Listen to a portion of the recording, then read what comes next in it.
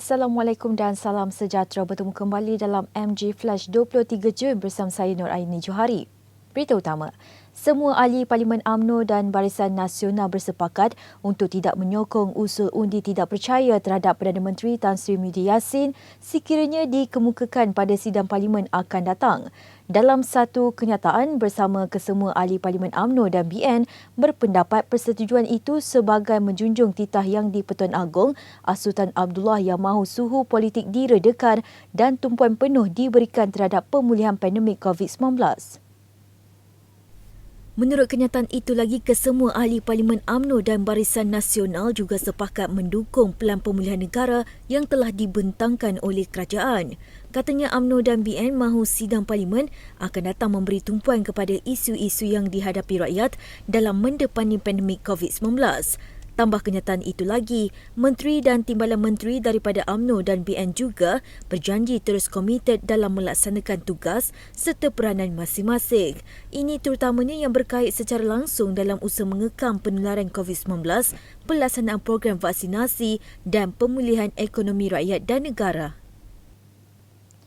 Kerajaan dijangka mengumumkan berita gembira mengenai harga minyak masak dalam botol dan tin tidak lama lagi. Menurut Menteri Perusahaan Peladangan dan Komoditi Dato' Muhammad Khairuddin Ahmad Razali, pengumuman itu dijangka dibuat oleh Perdana Menteri Tan Sri Muhyiddin Yassin sendiri. Katanya dalam satu hantaran di Facebook sebentar tadi, beliau baru saja selesai mengadakan mesyuarat menerusi sidang video bersama Menteri Kewangan Tengku Datuk Seri Zafrul Tengku Abdul Aziz. Menurut Dato' Muhammad Khairuddin, agenda mesyuarat adalah mengenai cadangan Kementerian Perusahaan Peladangan dan Komoditi untuk menstabilkan harga minyak masak tidak bersubsidi di pasaran.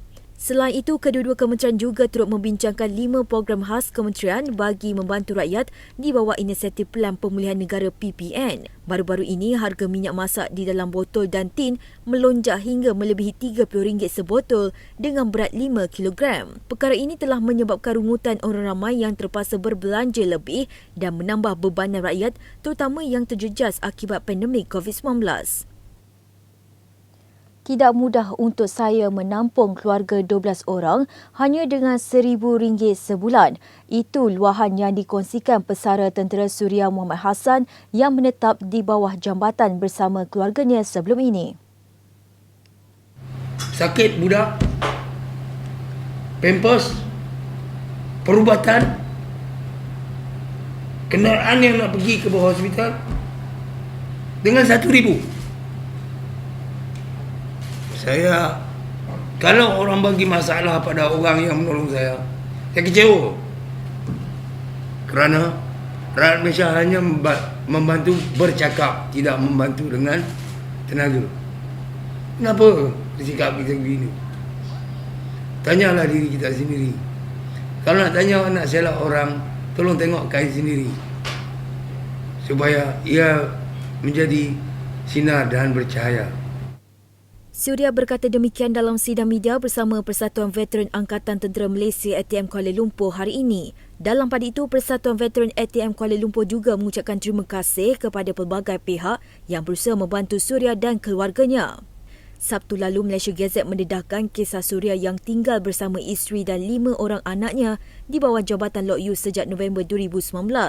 Susulan itu, nasib Suria dan keluarganya mendapat perhatian pelbagai pihak dan kini mereka dipindahkan ke penempatan sementara di Dewan Orang Ramai di Flat Seri Johor Ceras.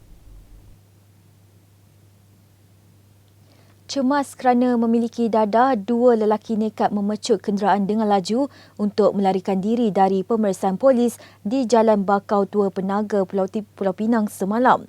Ketua Polis Daerah SPU SCP Muhammad Noor berkata kejadian berlaku sekitar jam 2.30 petang ketika anggota unit kereta peronda MPV melakukan rondaan cegah jenayah.